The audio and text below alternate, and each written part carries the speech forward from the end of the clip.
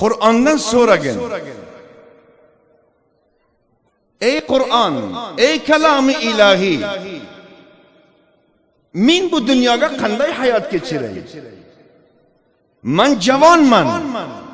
Menda shahvat bor. Menda xohishot bor.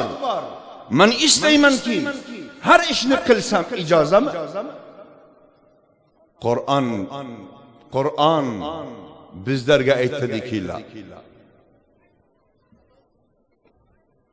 har amri ki Allah tabarak ve taala bizlarga hukm qilgan qilgin, hukm qilgan yegin, hukm qilgan ichgin, hukm qilgan olgin.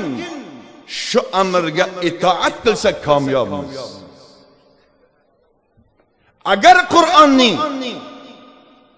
eshitamizu, Qur'onni o'qiymizu, Qur'onni o'pamizu, Qur'onni boshimizga olamizu, ammo uni halolini halol, haromini harom bilmaymiz. Bu o'pganlar bizlarni najot bera olmaydi. Qur'on bizlardan amal istaydi.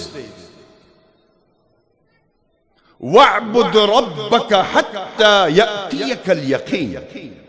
O'lgangacha Allohning itoatini qilgin. Safarda Allohning itoati, uyda Allohning itoati, jihodda Allohning itoati, safari haj Allohning itoati. Lekin Allohning itoatini qanday qilaylik? Rasululloh sallallohu alayhi va alihi va sallamning muborak ta'limotiga muvofiq qilaylik.